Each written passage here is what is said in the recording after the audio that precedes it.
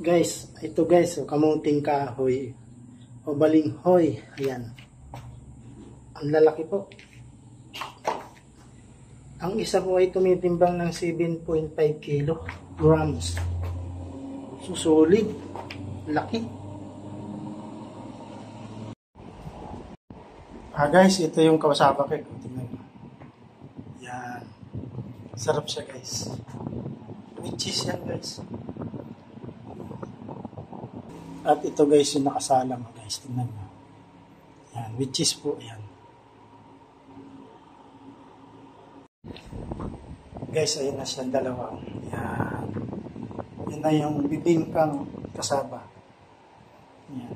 Ang tawag ko dito sa Mindoro niyan, pinikpik. Yan. Pinikpik po yan. Yan guys. Sarap guys. Kasi with cheese.